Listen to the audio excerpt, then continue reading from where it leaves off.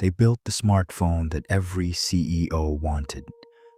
Presidents trusted it. Governments depended on it. For years, BlackBerry was the undisputed king of mobile communication. Then, almost overnight, everything changed. The company that once dominated the smartphone industry became a shadow of its former self. How did one of the world's most powerful technology companies lose the future it helped create? This is the rise and fall of BlackBerry. Before Apple, before Android, before touchscreens became the standard, there was BlackBerry. Its physical keyboard, secure email system, and unmatched reliability made it the smartphone of choice for business executives, politicians, and professionals around the world.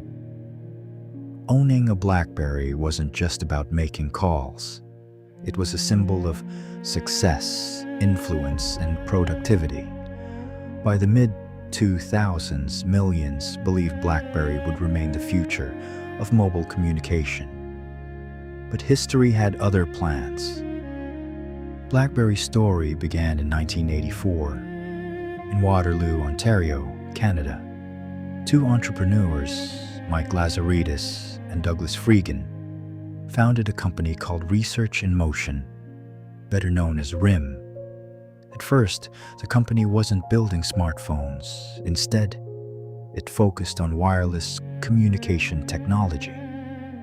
As mobile technology advanced during the 1990s, RIM saw an opportunity. What if professionals could send and receive emails from anywhere in the world? It was a revolutionary idea. In 1999, the company introduced the first BlackBerry device. It wasn't flashy. It wasn't designed for entertainment. It was built for one purpose: helping people stay connected wherever they were. That simple idea would soon change the business world forever. By the early 2000s, BlackBerry had become much more than a mobile phone. It had become the heartbeat of the business world.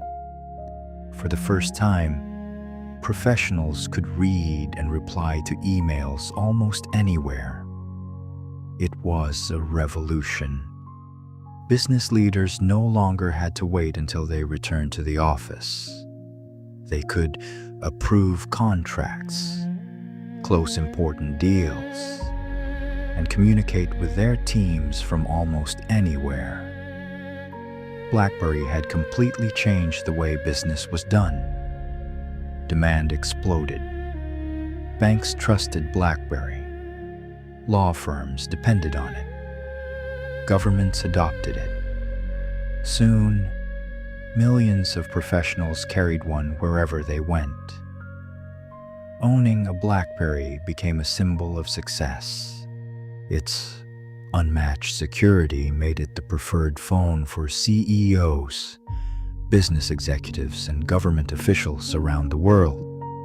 BlackBerry wasn't just another smartphone. It had become the gold standard for secure communication. People became so attached to their BlackBerry phones that the media gave them a nickname: Crackberry. It was meant as a joke, but it revealed a remarkable truth. People simply couldn't put their phones down. By 2009, BlackBerry had become one of the world's largest smartphone manufacturers. Its devices were used in more than 170 countries. Its market value reached billions of dollars. To many experts, BlackBerry looked unstoppable. But history has taught us one timeless lesson. The greatest danger for any empire is believing it can never fall. While BlackBerry celebrated its success, another revolution had already begun. In 2007, the smartphone industry changed forever. Apple introduced the iPhone, it wasn't just another phone. It was a completely different way of thinking about smartphones. For the first time, users could control almost everything with a simple touchscreen. The future had arrived. BlackBerry believed its physical keyboard was too valuable to replace. Its executives were confident that business customers would never abandon real keyboards. After all, BlackBerry was still the market leader. But the market was already changing. Consumers wanted something different. While BlackBerry focused on protecting what had made it successful, Apple focused on creating what customers wanted next. Soon, Android manufacturers joined the race. Touchscreens improved. Apps exploded in popularity. Developers built thousands of new experiences. The smartphone had become much more than a communication device. It had become a digital lifestyle. BlackBerry eventually released touchscreen phones, and later, devices that combined touchscreens with physical keyboards. But by then, the competition had already moved ahead. The company's software struggled to keep pace. Its app ecosystem remained far smaller than its rivals, and consumers increasingly chose devices that offered a richer mobile experience. Sales began to fall. Market share shrank. Investors lost confidence. The company that once defined the smartphone industry was now fighting to survive. BlackBerry wasn't defeated by a single mistake.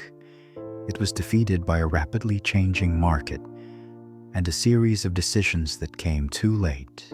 History teaches us that success can sometimes become the greatest obstacle to future success. BlackBerry built the smartphone revolution, but it couldn't keep up with the revolution it helped create. By the mid-2000s, BlackBerry's dominance was over. Its market share had collapsed.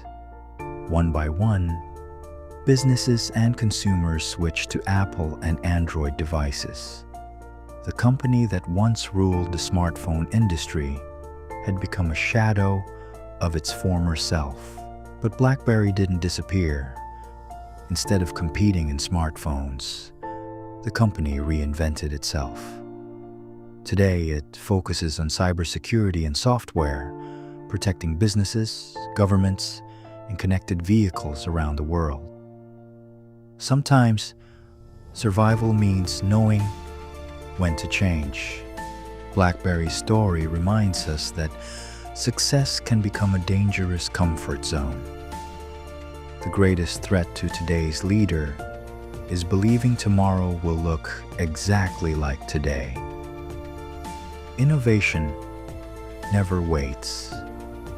Neither should we. Empires don't always fall because they become weak. Sometimes they fall because they stop changing. BlackBerry helped build the smartphone revolution, but history belongs to those who keep evolving.